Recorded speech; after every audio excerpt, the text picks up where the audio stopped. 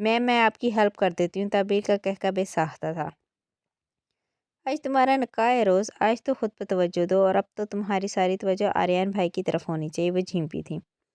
آریان بھائی کو تو تم سے کوئی شکایت نہیں ہونی چاہیے، ورنہ تمہاری خیر نہیں، مصنوعی دھمکی دیے بولی تو روز بھی مسکرائی تھی۔ وہ قدم لیتی روز کے پاس آئی اور اس کا سفید گال چوما۔ روز خفا سے لال ہوئی، جبکہ تعبیر کو اس پہ مزید پیار آیا تھا۔ وہ معصوم اور خوبصورت دل کی لڑکی ہر ایک کا اپنی ذات سے بڑھ کر خیال کرتی تھی۔ آج میں بہت خوش ہوں۔ میں نے کبھی یہ خواہش کی تھی کہ اگر میرا ایک اور بھائی ہوتا تو میں تمہیں اپنی بھابھی بنا لیتی، پر شاید یہ ممکن نہیں تھا، لیکن اللہ پاک نے مجھے مایوس نہیں کیا اور آریان بھائی کو ذریعہ بنا دیا۔ میم یہ آپ کی محبت ہے۔ وہ روز خوش دلی سے تعبیر کی گلے جا لگی۔ روز تم خود بہت اچھی اور مخلص ہو۔ زلیخا بھی گفتگو میں شامل ہوئی تھی۔ بالکل زلیخا، ہماری روز بہت اچھی اور مخلص ہے۔ زلیخا اور تعبیر دونوں روز کو دونوں جانب سے تھام کو اسے دوہری خوشی سے نواز گئی تھی۔ چلو اب میں تیار ہو جاتی ہوں۔ زلیخا تم بھی اچھے سے تیار ہو جاؤ، آج تو تمہاری سب سے اچھی دوست کا نکاح ہے۔ زلیخا مسکرا کر تعبیر کے ہمراہ باہر نکلی۔ جب کچھ دیر بعد ہی یزدان اور باسط اندر داخل ہوئے، روز کو جھجک آنے لگی تھی۔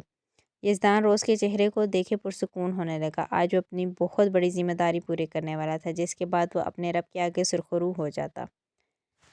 بس آج تو روز پہ چاند میں نہیں آ رہی، لگتا ہے آج روز کے آریان کی خیر نہیں۔ باسط نے روز کو دیکھے یزدان کو بھی گفتگو میں شامل کیا۔ باسط سر، آپ مجھے تنگ کر رہے ہیں؟ وہ منہ بنائی بولی تو باسط مسکرایا تھا، اور جو تم ہر مرتبہ مجھے تنگ کرنے پہنچ جاتی تھی، آج موقع ہے صاحب تو برابر کروں گا۔ یزدان مسکرایا تھا، آج اس کے چہرے سے مسکان جدا ہونے کا نام نہیں لے رہی تھی۔ باسط سر، میں نے آپ کو کبھی تنگ نہیں کیا، وہ الگ بات ہے کہ آپ غلط وقت پر غائب ہو جاتے تھے جب باس کو آپ سے کام ہوتا تھا۔ صنم شرم سے یہاں وہاں دیکھنے لگی، جبکہ باسط منہ بنا کر رہ گیا۔ ایسا بھی نہیں تھا، باس کو ہی غلط وقت پر میں یاد آتا تھا۔ منہ بنائے بولا، باسط بیٹا، بیوی کے سامنے مار نہیں کھانی تو زبان بند کر لو۔ یزدان کی دھمکی کارگر ثابت ہوئی تھی، تبھی وہ منہ پر انگلی رکھے اچھا بچہ بنا، جبکہ صنم مسکرانے لگی تھی۔ تم خوش ہو روز؟ یزدان نے آگے بڑھ کے اس کا سر پر ہاتھ رکھا۔ بس آپ کی خاطر میں اپنی جان بھی دے دوں تو مجھے ملال نہیں ہوگا۔ آریان سے نکاح کرنا تو تھوڑا مشکل تو ہے، اب بھی ڈر لگتا ہے کہیں وہ چھوڑ نہ جائے، لیکن اگر آپ نے اسے میرے لیے پسند کیا ہے تو آپ کی پسند سر آنکھوں پر۔ اس کا تفصیلی جواب یزدان کے وجود میں سرد لہر دوڑا گیا تھا۔ اس کی آنکھ میں نمی چمکی۔ وہ مخلص لڑکی ہر بار یزدان کو معتبر کر دیتی تھی۔ بالکل بھی نہیں گھبرانا، اللہ پاک نے تمہارا نصیب بلا شبہ بہت اچھا لکھا ہے، تبھی اتنے صبر کے بعد آریان جیسا شخص تمہیں دوبارہ ملا ہے۔ آریان نے ایک عمر تمہارا انتظار کیا ہے، اگر اس کے ساتھ وہ حادثہ نہ ہوتا تو وہ بہت پہلے تمہیں اپنا چکا ہوتا۔ اس قید خانے کی اذیت تو تم بھی جانتی ہو، وہاں سے نکلنا آسان نہیں تھا، لیکن وہ پھر بھی کوشش کرتا رہا تھا۔ بس وقت اور حالات نے اسے موقع نہیں دیا۔ اس کی مخلصی پر کبھی بھی شک مت کرنا۔ اس نے سر اس بات میں ہلایا۔ بس آپ ایموشنل مت ہوں، جب سے اسے پتہ چلا ہے کہ آریان یہاں ہے، روز تو چپکے چپکے روز آریان کو دیکھنے جاتی تھی۔ اس نے آریان نام پر خاصا زور دیا۔ بس ایسا کچھ نہیں تھا، آپ نے ہی تو کہا تھا کہ میں آریان کا خیال رکھوں۔